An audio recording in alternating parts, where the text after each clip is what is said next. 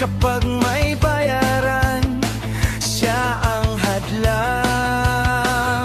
Hindi siya tiklop sa pananakot ng iilan, hindi siya alila ng sino mang mayaman. Kung ang kapangyarihan nila ay inaabuso, hinahawi niya yan mano-mano. Kapag ang taong bayan ang nasasakal, siya ang unang sumusugot, tumatagal. Hindi perang sukatan ng halaga, kundi kung sino ang lumalaban para sa masa.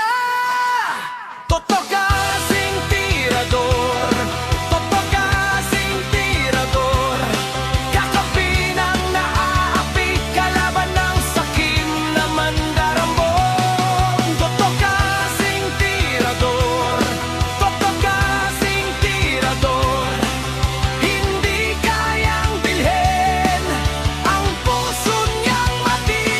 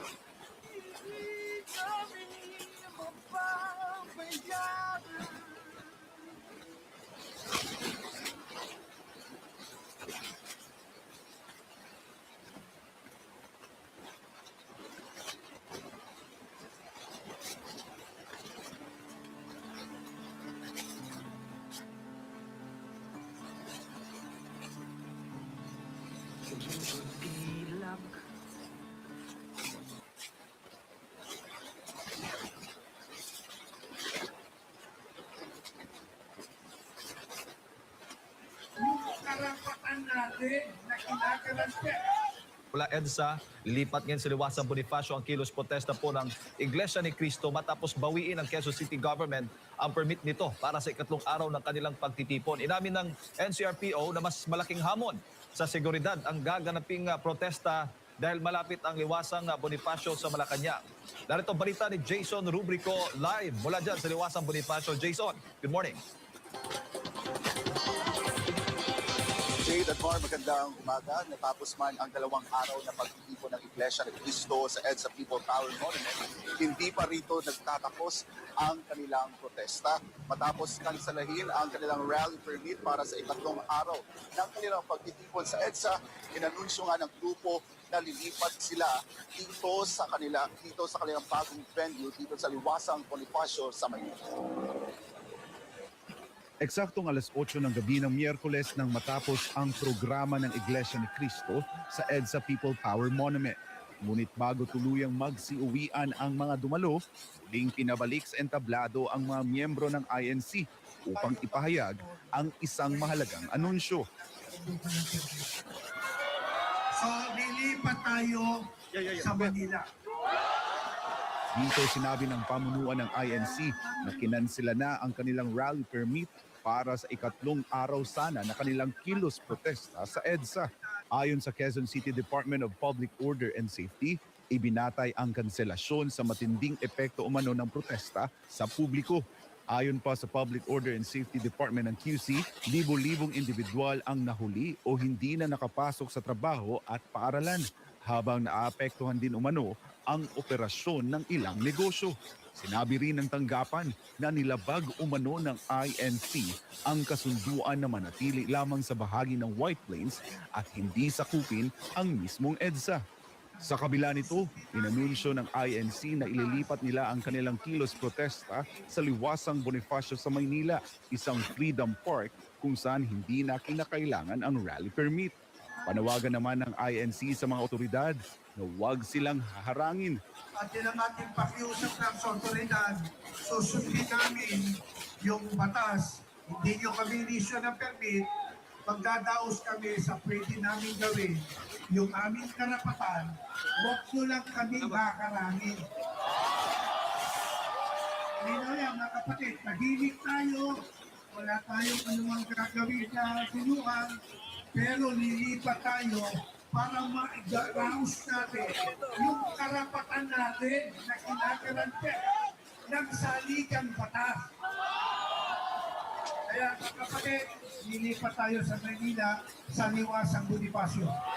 Ayon kay Manila Administrator Attorney Eduardo Quintos, hindi na kinakailangan ng anumang uri ng permit sa pagsasagawa ng pagtitipon sa Liwasang Bonifacio dahil ito ay isang government-designated Freedom Park. Kasunod nito, nag-deploy na ang National Capital Region Police Office o NCRPO ng karagdagang mga pulis sa Liwasang Bonifacio bilang paghahanda sa inaasahang pagdagsa ng mga miyembro ng INC. Ayon kay NCRPO Chief Major General Anthony Abirin, nakahanda ang pulisya na dagdagan pa ang deployment depende sa magiging dami ng mga lalahok sa pagtitipon. Magdi-deploy po tayo ng karagdagang pulis doon. Although ang difference is they don't need to apply a permit because Liwasang Bonifacio is a Freedom Park. We will deploy an initial maybe 1,000 doon. Depending po sa outcome po ng number po ng magrarally doon, then we will increase our deployment. For traffic direction, control and everything para sa rerouting scheme natin. Inamin din ni Abirin, mas malaking hamon sa seguridad ang gaganaping pagtitipon dahil malapit aniya ang Liwasang Bonifacio sa Malacanang. The pressure and the stress is the same on my part kasi mas mas mabigat nga kasi yung Liwasang Bonifacio is near Malacanang. We are on full alert status. We will maintain that status and of course may deployment po kami sa periphery ng Malacanang and we will maintain the deployment. Yeah. At Marjade, ulitin lang natin yung anunsyo kanina ni Mayor Isko Moreno. Suspending nga yung klase sa lahat ng antas sa mga pampubliko at pribadong paaralan. Ayon nga sa kalde, ito ay dahil sa inaasahan o sa gagawing kilos protesta ng Iglesia ng Cristo dito sa Liwasang Bonifacio. At kanina, inanurunsyo na rin ng Manila City Government yung mga road closures. Kabilang na dyan mga kapartners dito sa Menjola, sa kabaan po ng CM Recto Avenue mula sa Nicanor Reyes Street hanggang Menjola Street. At sarado na rin ang Legarda Street mula po sa Figueras Street hanggang sa San Rafael Street. Sa Liwasang Bonifacio naman, sarado na ang kahabaan ng Magallanes Drive mula sa June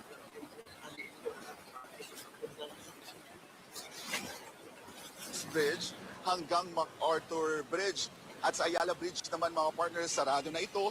Kabilang na ang eastbound lane of Ayala Boulevard from San Marcelino Street hanggang Romualdez Street. Kaya pinapayuhan mga partners ang mga motorista na gumamit ng alternatibong ruta at asahan ng mabigat na daloy ng trapiko sa mga apektado lugar. Samantala mga partners, maliban sa mga grupo ng Iglesia ni Cristo, maliban sa INC, nandito na rin nga po ang from Batangas naman ito, ang ating mga kababayan na nandito ngayon na nakikiisa sa kilos protesta ng INC. Kung makikita nyo dito mga partners, isa sa kanilang mga panawagan, ibasura ang bat, ikulong ang mga kurakot at kung susumahin natin mga kapartners according sa Manila Police District, more or less nasa 400 na katao ang nandito ngayon sa Liwasang Bonifacio. At ngayon mga partners, makakapanayam natin si Congressman Leandro Olivice. Sir, pakibati muna po ang ating mga kababayan na nanonood po ngayon dito po sa SMNI News. Magandang umaga po at lahat po ay welcome na makiisa dito. Ito po ay para sa lahat ng Pilipino. Sir, can you please reiterate lang po yung panawagan po natin sa ating mga kababayan at bakit po tayo nakikiisa sa rally na ginagawa po ng Iglesia ni Cristo? Dahil ang panawagan nila para sa transparency and accountability for a better democracy ay hindi lamang para sa ilan, ito po ay para sa lahat ng Pilipino. At nagpapasalamat din ako sa City of Manila na meron tayong mga freedom parks katulad ng Liwasang Bonifacio dahil ito ay importante para magkaroon ng tunay na demokrasya sa ating bansa. Sir, speaking of Freedom Park, kasi alam po natin yung naging dahilan po ng paglipat ng INC dito sa Liwasang Bonifacio at yun nga po ay kinansela ang kanilang rally permit. Do you have any statement on that? Sa tingin mo, merong political maneuver dyan na nangyari po kaya hindi po nakapagdaos ulit ang INC doon po sa People Power Mall? Thankful naman din ako na nagkaroon ng 2 araw na nabigyan ng permit. Pero maganda din dito sa Liwasang Bonifacio kasi hindi na masasabi na ito ay magiging cause of traffic in a major road like EDSA. At ang maraming mga Manilenyo ay ngayon may opportunity naman na makiisa sa pagtitipong ito. Sir, kasama po natin ang ating mga kababayan sa Batangas sa oras na ito. Opo, ang mga tao na sa Liwasang Bonifacio ngayon ay siguro mahigit kulang 5,000, of which mga 500 ay aking constituents na hindi miyembro ng INC. Ngunit marami din mga taga-Batangas dito na lumapit sa akin na INC. Marami din mga INC na mula sa iba't ibang mga probinsya. Meron din pong mga hindi miyembro ng INC na nanggaling pa sa malalayo. Ay lumapit na sa akin na taga Cebu na lumipad para lang dito. Kaya ito po ay isang event that represents the pulse of the people nationwide. At I'm sure mas marami pa ang gustong makiisa na hindi makakadalo. Ngunit at least yung mga nandito ay nagre-representa sa kanila. Sir, can you tell us more about sa panawagan po natin ng ating mga kababayan mula po sa Batangas? Isa po sa pinananawagan nila ay ibasura yung ban. Actually, yung panawagan ito ay panawagan ng grupo mula sa Batangas.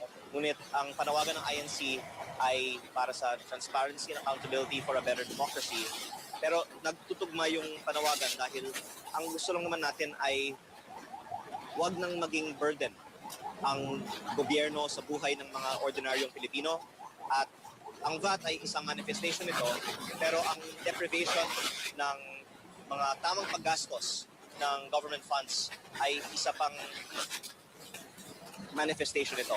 By the way, some of the leaders of the groups that are organizing this are also here. Kaya ako po ay representante sa Kongreso, pero itong mga pagtitipon naman ay ino-organize ng mga pribadong mamamayan. Sir, lastly, panawagan na lang po natin sa ating mga kababayan na nanonood po ngayon, live na live po sa SM9 News. Ako po ay nagpapasalamat sa lahat ng mga nagpapakita ng kanilang suporta sa social media.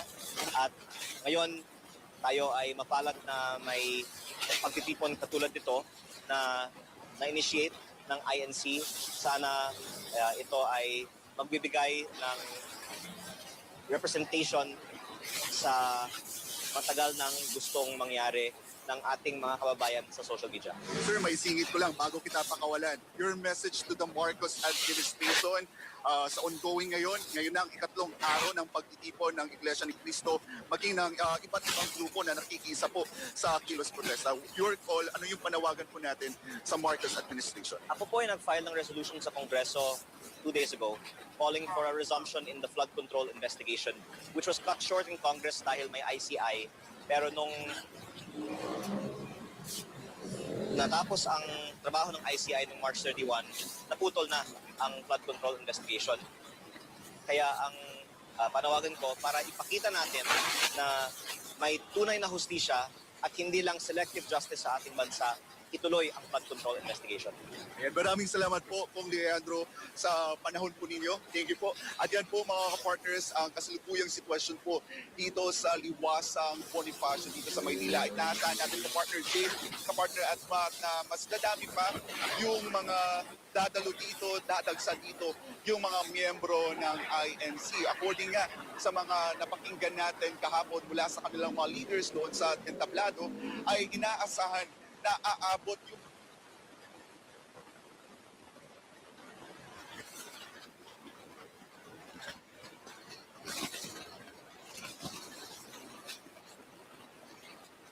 ito ay para sa taong bayan, sa iglesia.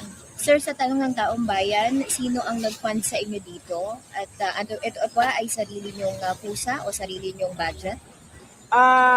Sa tunay po, ang ating pong minamahal na Attorney Jerry Manalo ang isa po sa tumutulong po sa amin at bilang kami po dito ay mga nagkakaisa, kami po ay voluntaryo sa panawagang ito dahil kami nga po ay naniniwala na ang panawagang ito ay para sa taong bayan sa iglesia. Sir, sa tanong ng taong bayan, sino ang nag-fund sa inyo dito? At ito ba ay sarili nyong pusa o sarili nyong budget? Sa tunay po, ang ating pong minamahal na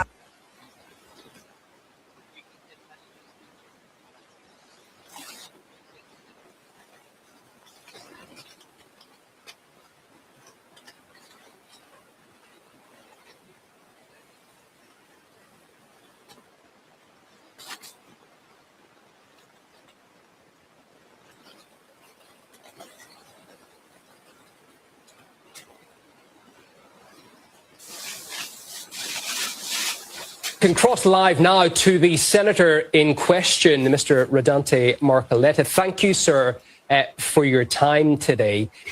The government has accused you of accepting what it calls illegal campaign donations. What is your response to that charge?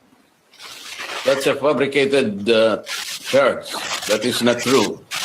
Because these are campaign donations allowed by our COMELEC or election laws. Why do you think this case has targeted you in particular? Because I am serious in being able to unearth the biggest corruption scandal in this country associated with our flood control projects. I used to hold the chairmanship of a Blue Ribbon committee in the Senate, and I was tasked to do just that. And because there are so many culprits behind this scandal, they will do everything possible to stop me from succeeding in investigating this massive looting of our national treasury. And it appears even people who aren't necessarily supporters of yours are pointing out that they're saying, why is an official who is trying to discover corruption and graft in the country, why is he himself suddenly being targeted? Precisely. That is the point that we are trying to address. As I have told you, this is a fabricated charge. It is not even within the meaning and parameters of our plunder law. Our plunder law is about amassing ill-gotten wealth. It's a serious crime. It is not about, getting election financial supports from friends. This is not contemplated in our plunder law. That is why I am quite sure that this particular charge, if they will pursue it, will be junked by the court in due time.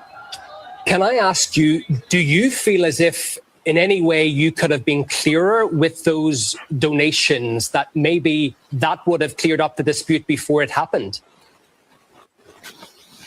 I did not get the question right. In terms of the donations that you said you received before being in the position in question, do you feel you could have been clearer making that public what you received? Yes, that is being transparent because under the law, I received that those amounts before the campaign and election period. That is why I treated them as donations. And my donors even paid the donors tax. And these are all legal. And these were all reported. The impeachment trial of Vice President Sara Duterte is set to begin in less than a week's time. Do you feel that these charges, the timing is related to that? It is. Because by being able to arrest me, the ombudsman made a promise about 2 weeks ago that he is going to file a case with the court. And because plunder is non-bailable, it will be surely serve within this week, and I will be arrested, and therefore will be unable to participate in the impeachment trial, which will start on July 6th.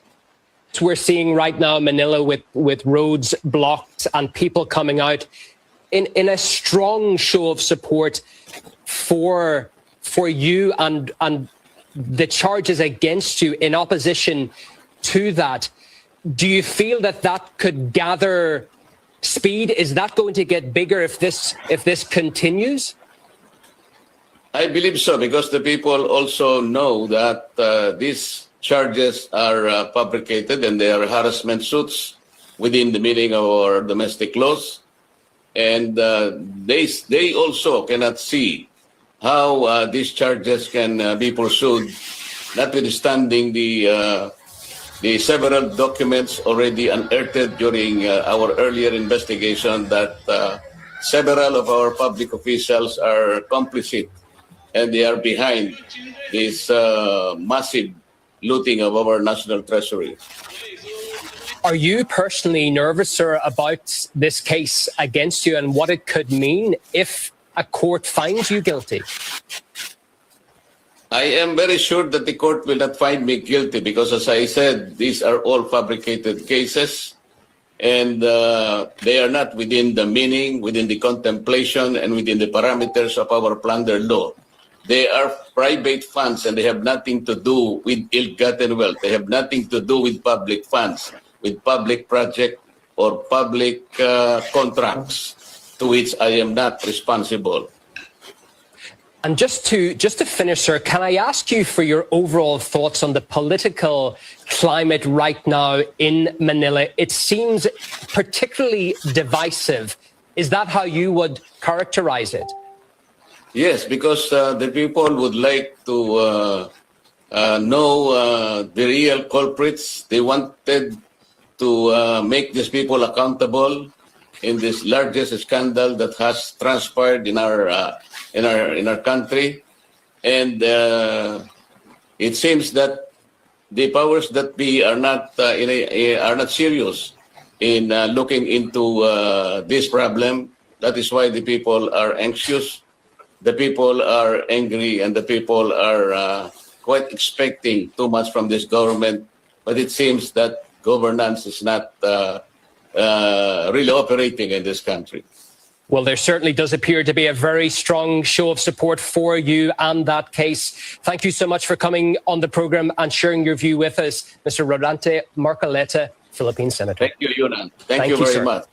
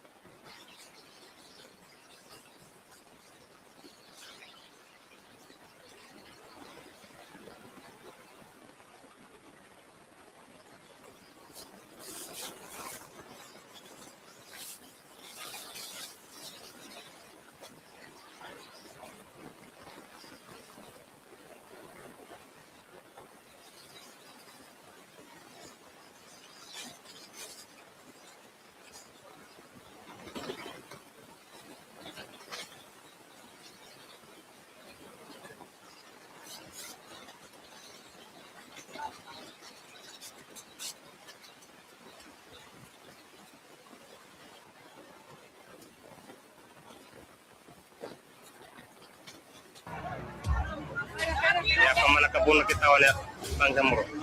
Di man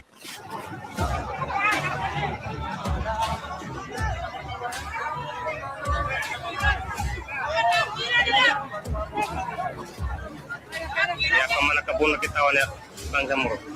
Di magagay. Mayo.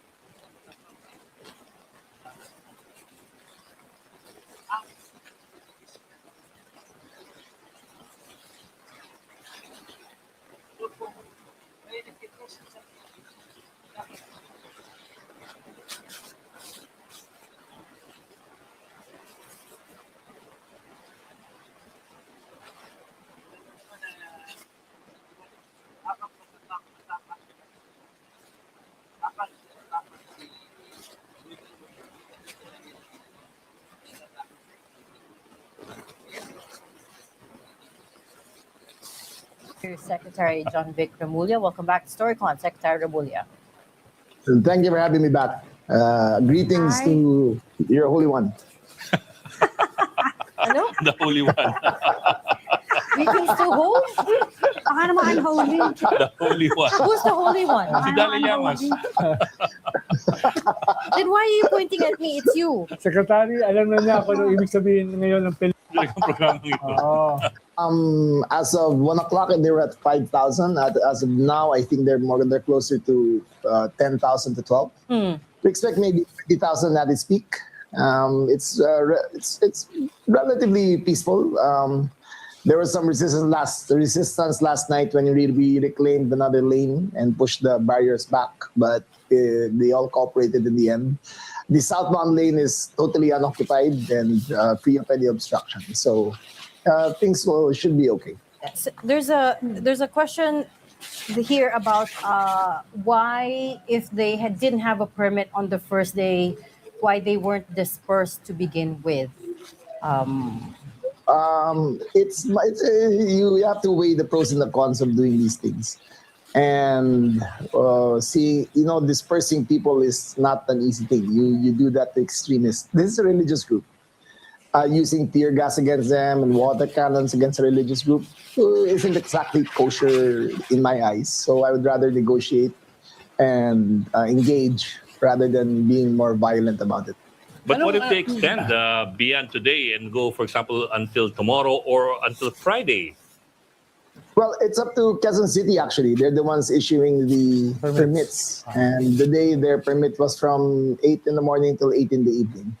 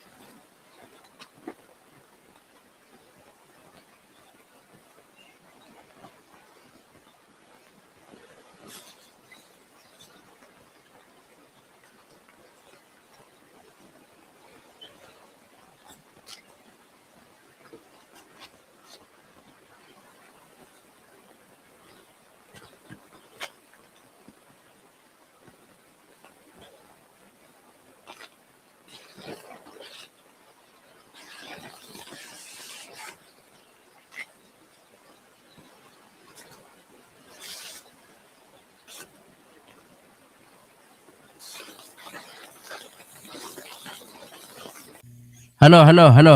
Meron na ba? Ulitin ko na lang discussion.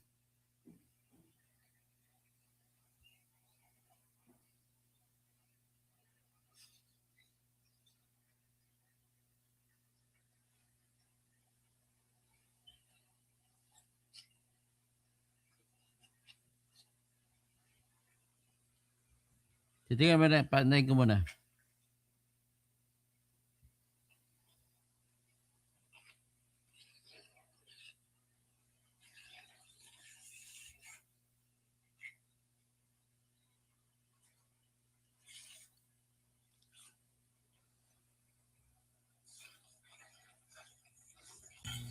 Hello, hello, hello. Oh, yan. Pasensya na lang, ha.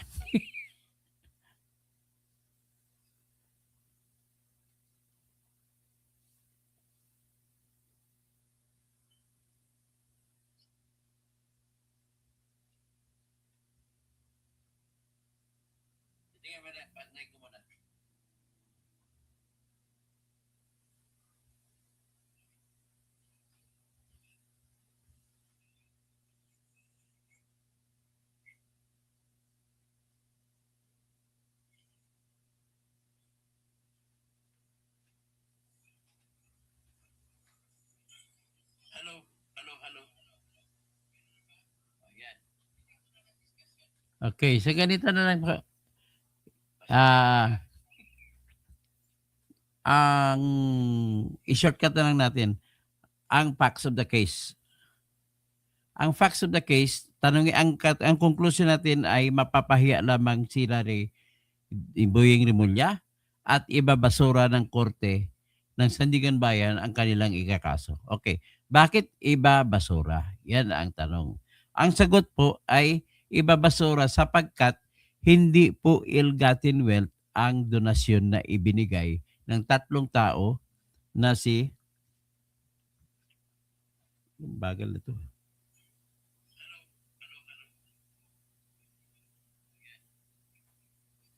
Okay, so ganito na lang. Na binigay ni Joseph Espirito, Aristotle Biray, at saka ni Mike Defensor. 75 billion ang lahat. So kung ayon sa tatlo, ay kusang loob nilang binigay yon dahil kaibigan nila si Marcoleta. Parang ako, magbibigay sa inyo ng pera, marami akong pera. Karapatan ko po yung mamigay ng pera. At karapatan din ang tumanggap ng pera na kanyang tanggapin.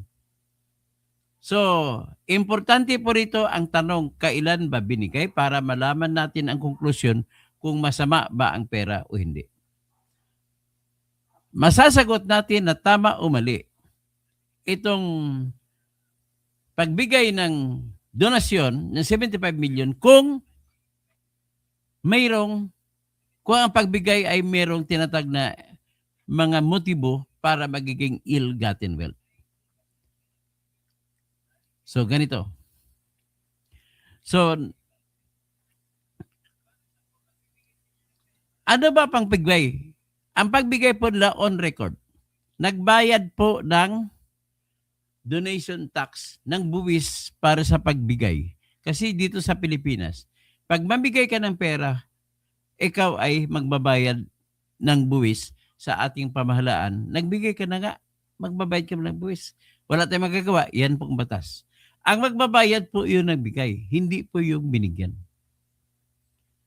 So ngayon, yung tatlong nagbigay na si Mike Defensor, si Joseph Espirito, at saka si Aristotle Biray ay nagbayad ng buwis. Anong ibig sabihin pag nagbayad ng buwis, Darte?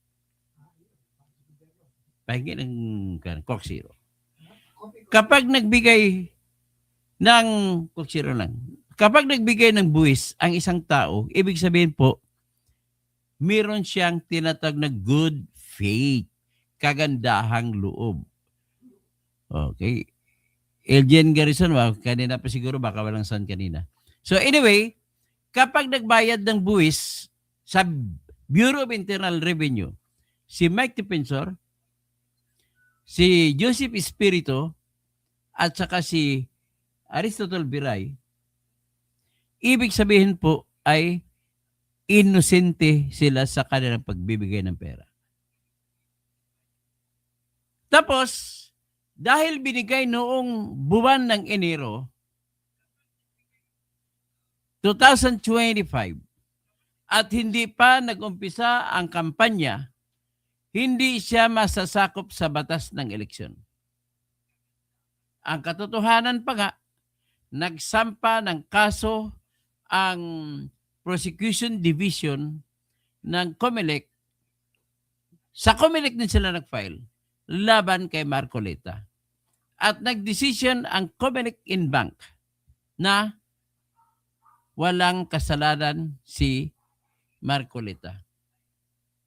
Wala siyang kasalanan sapagkat hindi niya nalabag ang tinatawag na SOC.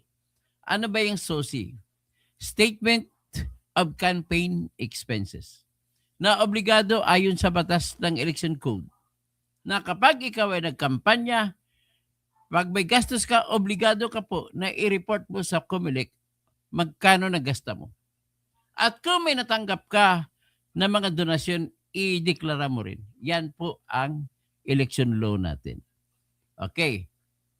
So ngayon, ang mangyari, pag natanggap mong pera, mag-report ka sa COMELEC, ang tawag naman dyan ngayon na Statement of Campaign Expenses.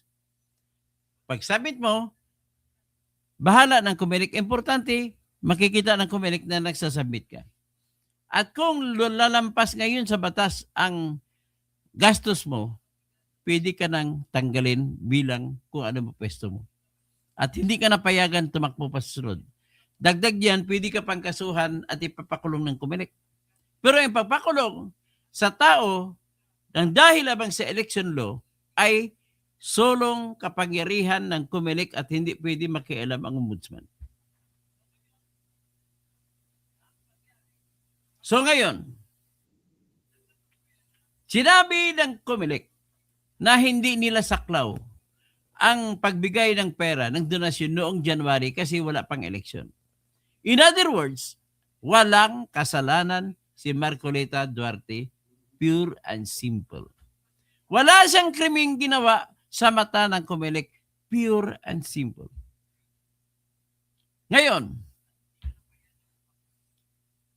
kung wala siyang kasalanan, tingnan natin sa anggulo ng pagbigay ng pera kung may kasalanan siya.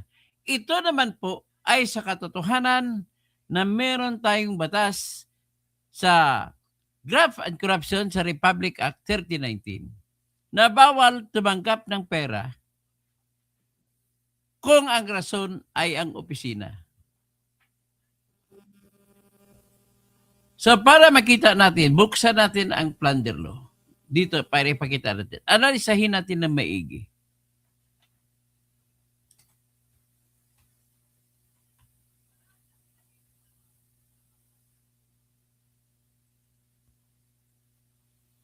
So, ito po yung plunder law. Ibuksan natin, ipakita natin sa inyo.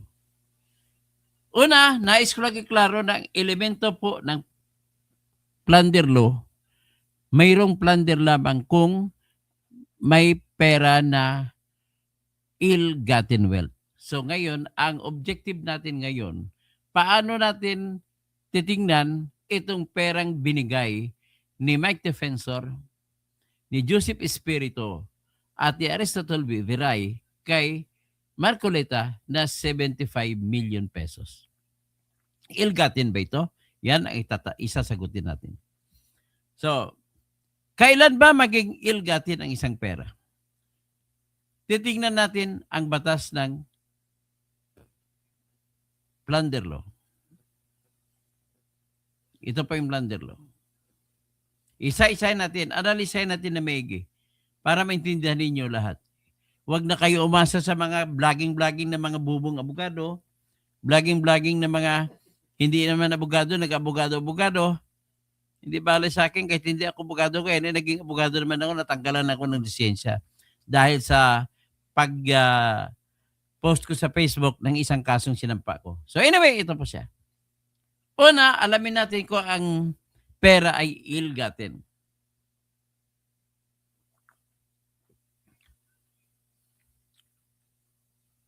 Ito. Ill-gotten wealth means any asset, property, or business enterprise or material possession, kahit anong property.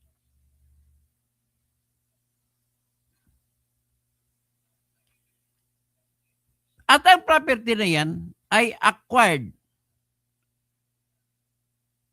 directly or indirectly sa pamamagitan ng isang dami o nominee o mga ahente o subordinates o business associates or any combination of the following means or similar schemes. So, ill-gotten wealth, nakikita mo ang enumeration na ang kanyang general definition, any asset, property, lahat ng klaseng property. Basta, inacquired through dummies at ang kanyang definition ay kung inacquire sa pamamagitan ng una, misappropriation. Ano ba yung misappropriation? Halimbawa, para sa confidential fund ang pera, tapos ginamit sa hindi confidential fund, misappropriation yun. Conversion. Itong budget na to, budget na to na pera na sinasabi ng gobyerno. Ngayon, sa iyo pinagkatiwala. Anong ginagawa mo? Kinonvert mo na ngayon into cash at binulsa mo.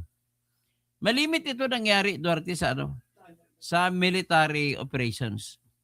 Ang commander ng military, pinakamataas, ipapadala niya ang pera dun sa company commanders, sa battalion commanders, na nandun sa mga bundok. So ano ngayon ang gagawin niya? May usapan na sila ng mga sundalo niya na bahala na kayo maghanap ng pagkain nyo dun, ha? Diskarte na lang kayo. Pero yung pera dito na budget para sa inyo, i-convert ko na ito. Gagawin ko ng cash. Tapos, para ma-convert at magagawang cash, Romel Bengson, JJ Zapata, ganito ginagawa nila. Meron na po silang kausap na mga supplier ng pagkain. So, gagawin, para ma-convert sa cash, magbibigay na lang ng resibo kahit walang binili. Tapos, gagawin naman ng battalion ng brigade commander, kukunin niya ngayon ang pera. Tapos, sa naging client, may naging client po kasi ako ng mga battalion commanders na kinasuhan sa ombudsman. At pasalamat naman ako na panalo ko sila lahat. Ang problema nila ay ganito. Mga company commanders at battalion commanders sila. Nasa bundok sila. Malayo sila sa kabihasnan. Ang ginagawa nila, nagpapatrol-patrolya sila. So ngayon, sa totoo usapin, sir, mahirap naman makarating talaga sa amin ang mga supply. Ilan bundok pa idadaanan mo? Pero para naman, ang mangyari na lang yan ay, ginagawa ng commander namin, piniki ang aming firma na nagre-request kami ng pera para panggasta sa mga pagkain trupa. So mga 1 linggo kami sa bundok bago kami babalik sa kampo. Sa 1 linggo na yan, ang budget namin po ay bahala na kami survive. Kaya yan hindi mo maiwasan mga sundalo noon sa panahon ni Marcos. Yung mga manok na mga tao sa bundok ay kinukuha nila. So yan po katotohanan. So ngayon, kakain sila, survive sila, tapos yung budget nila para sa operations, kasama dyan sana pagkain. Lahat-lahat ang gagastusin, may sigarilyo. Lahat ng pangailanganin. May gasolina pa. Siyempre may mga sasakyan sila dala eh. So ngayon, hindi na nila kukunin yan. Ang ginagawa ng commander nila, nandun sa kampo, gumagawa ng voucher. Kunwari, pirma ni Colonel na battalion commander o ni Major o kung sino man. Pagkatapos, may kausap ng brigade commander na mga supplier ng pagkain dun sa lugar. Gagawa na lang sila resibo at ibibigay kay general. At yung resibo, dyan pa ngayon, i-convert sa cash. Yan, gano'n ang conversion. So pag-usapan naman natin ang ibang pamaraan sa paghanap ng pera. Misuse. Kaya misuse. Kaya sabi ko kanina ng misappropriation, misuse pala sa totoo lang yan. Ang misappropriation naman, binulsa mo. Misuse, ginamit mo sa iba. Although, ang pagginamitan mo ay para pa rin sa diskarte. Pero ginamit mo yun sa ibang transaction ng gobyerno, pero kikita ka, kaya doon mo pinili. So, malversation, itong pagnanakaw. Kung ang nakawin mo ay pera ng pribadong tao, kung walang nakakita, ang tawag dyan ay theft. Pero kung persahan, ang tawag dyan ay robbery. O pagkatapos, ni-raid mo mga public treasury, inagaway pera. Yan po ang isa sa mga pamamaraan kung ang pera bago magiging, paano magiging ill-gotten. So dito, hindi ito mga donation. O dito naman, pangalawa, by receiving, ito ng donation papasok. By receiving, direktahan o hindi, directly or indirectly, commission. Commission, hindi pa rin ito donation. May commission ka, nag-transaction, ikaw na pumirma, nagkumita ang contractor, binigyan ka ng commission. Iyan ang commission na sinasabi. Ito naman, share, ganoon din parang commission. Percentage, parang commission din yan. Kickbacks, parang commission din yan. Or any other form of pecuniary benefit from any person or entity in connection with any government contract. Dapat may kontrata lagi yan o project. O di kaya gift na binigay by reason of the office ng tao or position of the public officer concerned. Anong ibig sabihin nito? Si Marcoleta ay congressman panahon na yon, January 2025. Pwede bang sabihin na yung 75 million na binigay ni Mike Defensor at binigay ni Joseph Espiritu at Aristotle Biray na given by reason of public office? By reason of the office of the Marcoleta? Yan ang tanong ngayon. Bago ko sasagutin, nais ko lamang iklaro sa inyong lahat na hindi lahat na pera binigay sa isang opisyal ng bayan ay masama. Yung mga pera na binigay na inosente ay hindi kasama dito. Na kahit ano pang pwesto ng pinagbibigyan. Nagiging masama lang yan, Duarte, kung ang pagbigay ay may pakay. Kailangan may pakay. Kailangan may kapalit.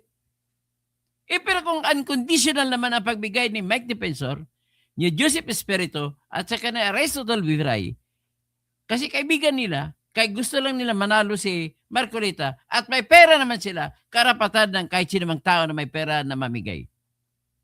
Walang masama doon. Kung inosente sila sa pagbibigay at ang pera na hawak nila ay nanggaling sa kanilang sariling bulsa. At iyon ay kinita nila sa sarili nilang negosyo. At ang negosyo nila ay hindi naman sila ng negosyo sa pamahalaan. Nakataon lang talaga na marami silang magkaibigan, malapit sila magkaibigan. Tapos si Marcoleta naman ay wala na siyang pwesto sa Kongreso maliban sa pagiging ordinaryong congressman lamang. At kung ordinaryong congressman ka lamang, isang boto ka lamang ang halaga mo. Wala kang hawak na committee. Hindi ka pwede makapagpa-approve ng proyekto o hindi ka pwede makapag-insert dahil ordinaryong congressman ka lang. So dahil sa ganun, inosente ang pera na binigay. At kung inosente, hindi yan ill-gotten. Mind you, ladies and gentlemen, dahil dito, wala pong ebidensya rin ipinakita si Remulla na ill-gotten galing sa masama ang pera. Wala rin siya binigay na ebidensya. Anong ibig sabihin yan? Di ibig sabihin yun, walang kasalanan si Marcoleta at hahanapan sigurado ng Sandigan Bayan ng ebidensya ang ombudsman sa pagsampa ng kaso kung talaga bang plunder o hindi. At kung hindi nila mabigyan ng ebidensya na nanggaling sa masama ang pera, ang kasong isasampa kay Marcoleta ay ibig sabihin sinampa ng mga walang kwenta.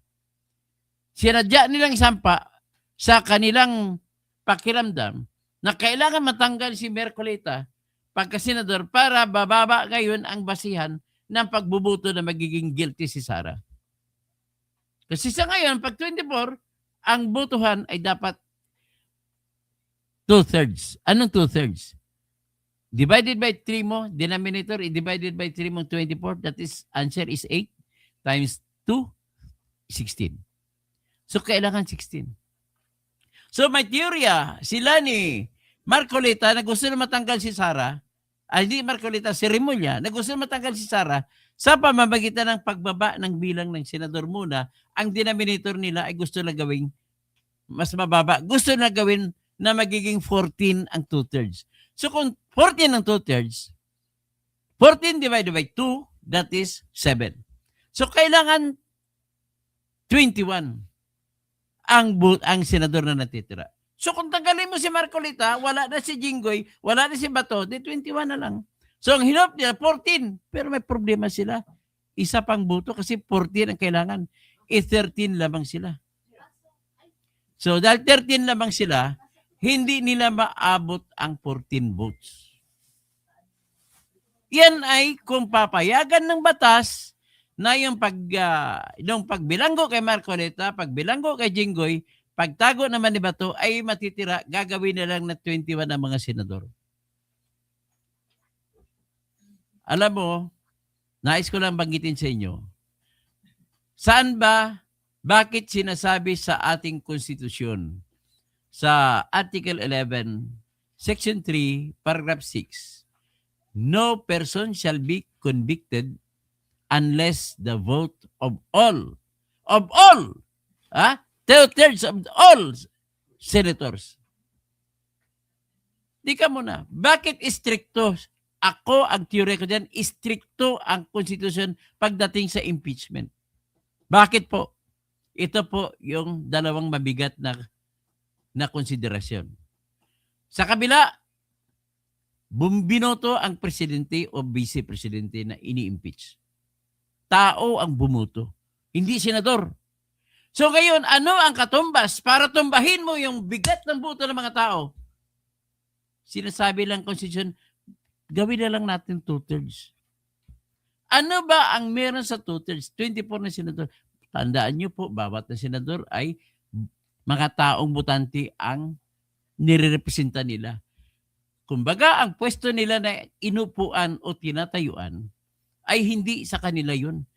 Mga tao, ang mukha ng mga tao na bumuto sa kanila ang nirerepresenta nila. Kaya hindi mo pwedeng bawasan ang 2/3. Pag tinanggal mo si Bato, tinanggal mo si Jinggoy, tinanggal mo si Marcolita, andyan pa rin ang pwesto. Sabi natin nakabakante lang. But then we cannot deny the truth na hinalal yung tatlo ng taong bayan.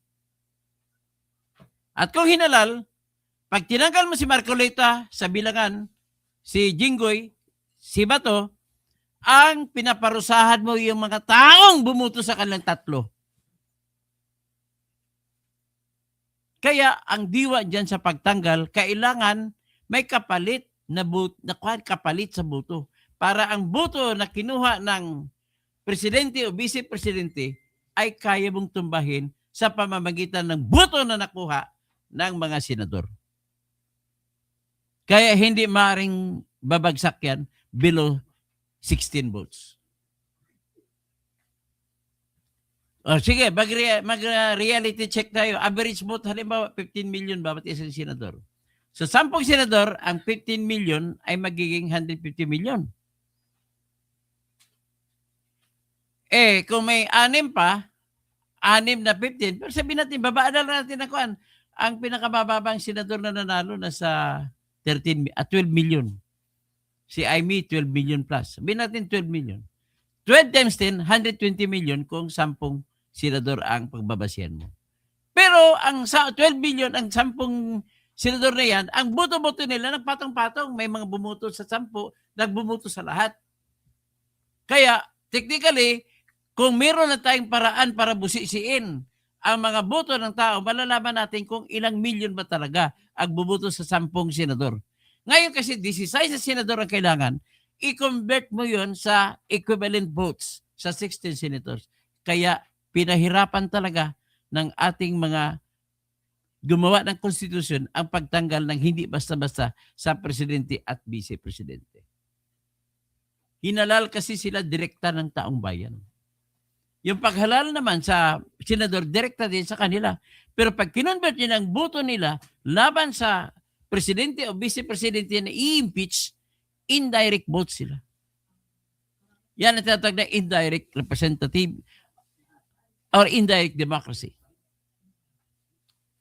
So, anyway, ang pakay nila, sa tingin nila, kapag tinanggal ni si Marcolita, magiging 21 na ngayon ang bagbasbasyan sa pagkwenta ng 2/3.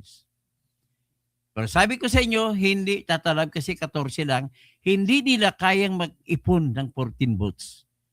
Matindi ang bigat, ang kapit ng yung grupo ni Alan Peter Cayetano, wala nang aalis diyan. O sinong grupo sisayin natin ni Cayetano? Tingnan natin kung alis. Si Alan Peter. Siyempre, siyang leader, hindi alis yan. Si Pia Cayetano, kapatid. Siyempre, dugo is dugo. O, next is si Mark Villar. Si Mark Villar, tao ni Duterte yan. Sarado. Kahit na sabihin natin nagnakaw yan, pero ang tinitingnan natin, buto niya. Si Camille Villar, nanalo lamang dahil inendorso last 2 weeks ni Sara Duterte, kagaya kay Amy. Kaya si Amy rin, hindi rin si alis yan. So 5 na sila. Sino pang isa? Si Marcolita, wag natin bilangin kasi halimbawa nakakulong. Si Bato, hindi. Si Jinggoy, hindi rin kasi nakakulong. Sabihin na natin gano'n ang sitwasyon. So sino pang iba? Si Bongo, o ano. Tapos,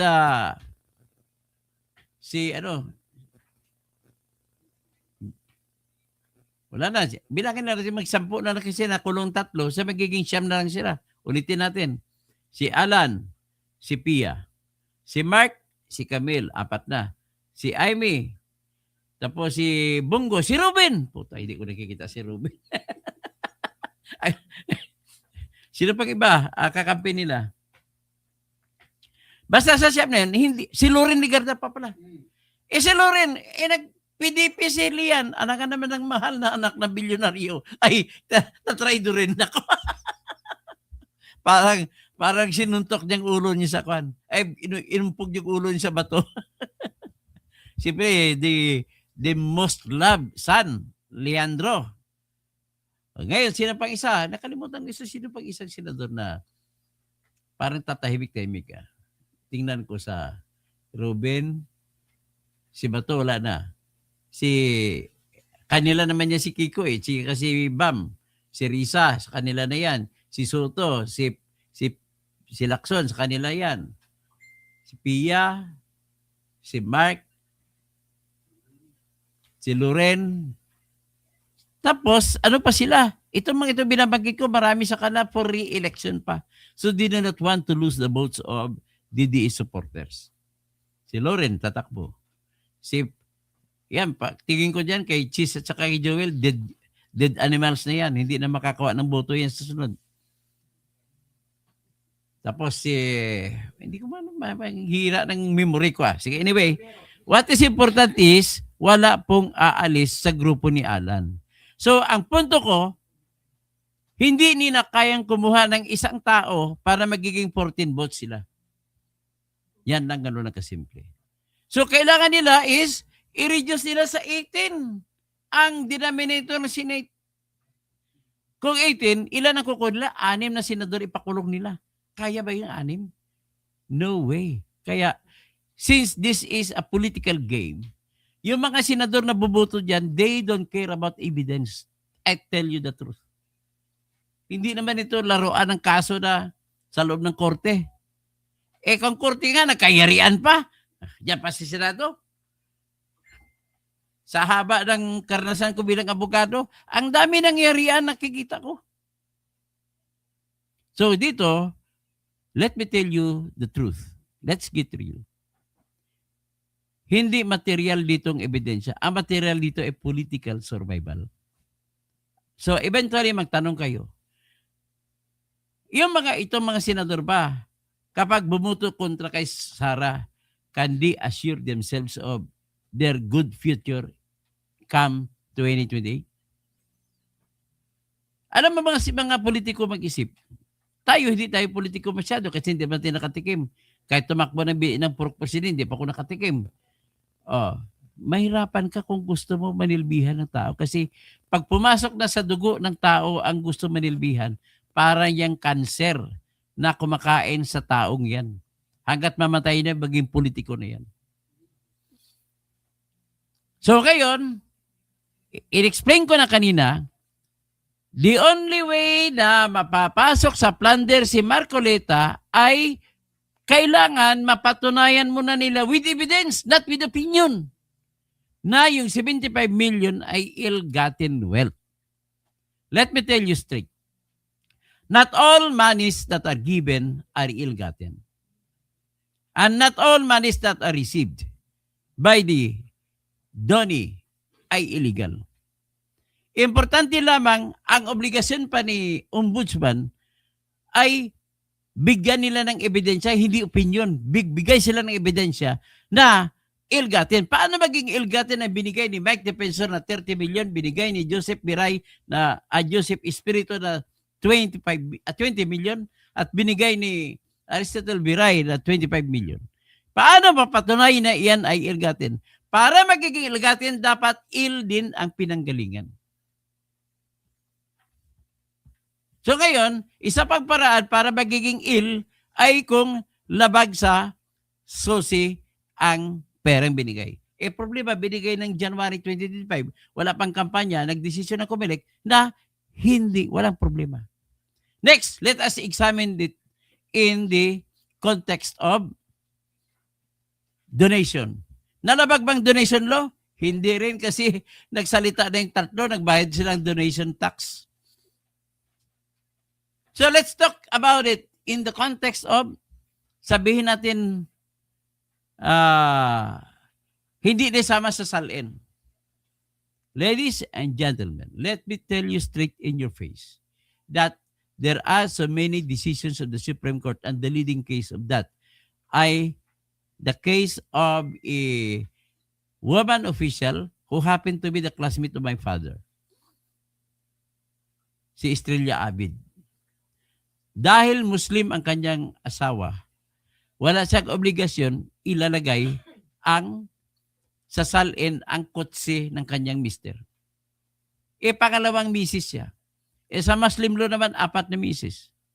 Puta, lugi ka pala pag ikaw Muslim na lalaki. Ang dami-dami mong ilalagay sa salin. Pero yung mga babae na asawa ay walang obligasyon maglagay sa salin. Kasi automatic pala sa Section 38 ng Muslim Code of the Philippines that all properties of the couples, daming couples, 4 na couples, isang lalaki, are deemed complete ang separation ng property. Reverse siya sa family code. Pag nag-asawa ang lalaki at babae sa family code, automatic, even if there is no condition, automatic, absolute community ang property. Kaya dapat kang magrehistro sa salin.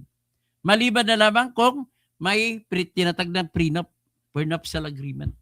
Kagaya kay Kiko, kay Sharon. So, hindi nilalagay ni Kiko ang property ni Sharon.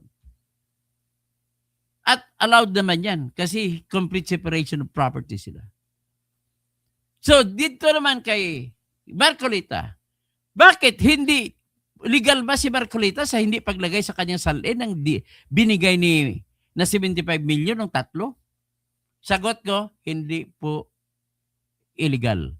Tama lang si Marcoleta. Bakit? Ibinigay yun sa kampanya, hindi binigay sa kanyang sarili. Pagdating sa campaign, pagdating sa Amerika, you separate campaign funds, although ikaw nangangampanya, from your personal funds. Ang makagandahan lang sa Amerika, meron silang clear law. Ang clear law nila, one clear law is this: you cannot spend your own money for your own election and campaign. May limit ka lang, hanggang $2,500 ka lang. So, ibig sabihin, kahit ikaw pa si Bill Gates, kahit ikaw pa si Elon Musk, the maximum amount that you can use from your own pocket if you want to run for president of the United States of America is only $2,500 US. Okay ba? Kita nyo na? So, ibig sabihin, let us look at the circumstance of Marcolita. He received the money, tagahawak lang siya. Ibinigay sa team niya ng kampanya, ubusin nyo. That's it. Since it is not given to his person to become his personal wealth, then he has no obligation to list it down as part of his SALN. With that, wala pa tayong batas na nagsasabi kung bawal yun na hindi. Therefore, in the silence of the law, any doubt must be interpreted in favor of the person you are accusing. That is what we call in dubio pro reo. In doubt for the accused. Ang problema dito kay Boying Rimulya, graduate nga sa UP, sinisira niya lang ang UP sa ginagawa niya eh. Dami niya ginagawa, mga bendalo. Alam mo kung ako ang alumnus ng UP, papapile ako ng petition sa UP Alumni Association na i-expel siya from UP. Kagaya kay Marcos Sr., the greatest or the biggest tip in the world. Dapat ginagalan ng UP yan, yung kanilang alumnus na yan. Di ba tinanggalan nila ng sa Wall of Fame nila, yung ano bang eskulahan yun? Assumption ba yan? Tinanggal nila si Loren Legarda. Dapat gano'n din gagawin niya kay Boying Rimulya. Nagpapakahiya, nagpapakabubo. Tapos, sino pa nga? Tanggalin yun si Jesus Palces, Attorney Jesus Palces. Ang tawag ko dyan, Palsus Inunus. Palsus Inumnibus. O di ka, Palsis Inunus. Palsis Inumnibus. Akalain mo, sa kanyang salita, vulgar na salita, naawa naman ako sa iyo. It is ako, I've been there and done that. Nadismar ako sa pagsalita ko sa Facebook. Ngayon, ikaw naman ngayon, buti ka lang kung ka lang, suspension ka lang 1 year eh. Ang sa akin lang dito is this. I do not care. Kagaya ka naman, may advocacy din si Jesus Palces eh. I did it for my family. Grabe siya. Kasi ang kapatid niya si Nico Palces, kinasuhan ng tao ni Chris Aquino na nagnakaw kay Chris Aquino. So sabi na to ni Palces, hindi po, inosente po kapatid ko. Kaya nagmura siya, minura niya sila ni team ni Chris Aquino. At because of that, yung taong sinaligan ni Chris Aquino na magsampa ng kaso laban kay Nico, ay nagsampa rin ng disbarment laban kay Jesus Palces. Kaya sabi niya, I did it for my family and I do not regret it. Ngayon, kung ako naman tanongin mo, if you dare to ask me, I did it for the country. I reported that I filed the complaint for plunder against the people in the government. The only mistake that I did was that I published it on my Facebook before the filing in the ombudsman. Yun lang. Wala akong kasalanan. Wala akong immoralidad na nagawa. Hindi kagaya ng ibang abogado dyan na nangagaw ng asawa ng iba. Abogado dyan na nangagaw ng pera ng kliyente nila. Yan ang dapat. It is now high time for the Supreme Court to distinguish all kinds of sins of lawyers. Sins that are not moral and sins that are immoral. Ay, parehas pala not moral. Sins that are not immoral and sins that are immoral. Ang immoral na classification, pag nanakaw, pangagaw ng asawa, may kilala pa nga akong abogado eh, pag hindi makabayad ang magandang babae na client nila eh, sa motel ang diretso eh. Hindi ko na mag-attend kasi patay na siya. Grabe naman yun. Walang pabayad ang client niya, magandang client niya. Walang bayad sa appearance fees, doon lang sa motel bumawi. Hindi po ako ganun. Kailangan na para manatili ang isang lalaki na ganun, alam mo, andun pa rin ako, naniwala pa rin ako na lahat ng lalaki, may pagkamanyakan din yan. Nasa control na lang yan. Sa totoo kwento lang. Kaya, I am also warning that doctor in Butuan, iniwan yung girlfriend niya na doktora din, sumama sa ibang babae. Man, you are not compelled by law to love, but you are compelled by law, prohibited by law, from fooling around women. Kaya, pwede kang kakasuhan ni doktora na patanggal ka, pasuspending ka rin sa medical practice mo. Binabanggit ko lang ito without naming name. Kasi nagkatugma lang, naisip ko lang. So with this, I conclude that because, number one, of lack of evidence to show that the 75 million money that was given by three men, Defensor, Espiritu, and Viray, is ill-gotten, then that case of plunder is predicted by me will be dismissed upon arrival, dead on arrival dyan sa Sandigan Bayan. Nagiging pronounce ito, kaya nagiging aware ngayon ang mga justices sa Sandigan Bayan. Kapag marapol sa kanilang division, they will really not only think twice, think 1,000 times. Ito, kumambyo na, naghugas kamay na ngayon si Remulla. Natatakot, hindi na sila ibuto ng mga iglesia. Hindi daw siya, mga tauhan daw niya nag-isip nga kasuhan si Marcolita. Utot! May tauhan ba na gano'n na so, utosan ng boss? Puta ka na talaga, Remulla ka talaga. Okay, hanggang dyan lang muna tayo kasi may bisita pa ko. Alam mo, sabi ni Bonifacio Valdera, explain ko sa iyo, ibabasura naman pala, pero bakit takot na takot? Ito po yung realidad. I will tell you. People of the Philippines, listen to me. This is the bad system. One bad system in our judicial system. Kapag nagsampa ng kaso ang fiscal, o ang ombudsman lalo na, may tinatawag po tayo na separation of powers and independence of each body. Ang mga fiscal ay nalagay pa sa executive na kailangan respetuhin ng judicial. Ibig sabihin ng respeto, lalo na respeto sa ombudsman, independent body. What kind of respect do we expect from the courts to do? Ganito po yun, paring Salde. Kahit wala pong ebidensya na binigay ang ombudsman na totoo yung kanilang akusasyon, respetuhin nila yan na totoo. Duty nila magkita-kita sa trial. Ganun po respeto. Kaya to tell you the truth, kung bakit ganun si Marcolita, kasi si Marcolita, more than 30 years din siya nag-practice ng law sa Tarlac. Kaya alam niya ang laro. Kapag kinasuhan ka na sa korte, ang korte parang bulag yan. Pumipirma ng warrant of arrest.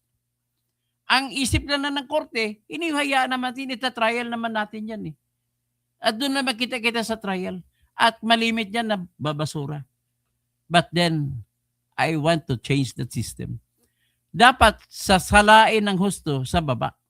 Ang problema, everything is opinion. Opinion mo na may probable cause.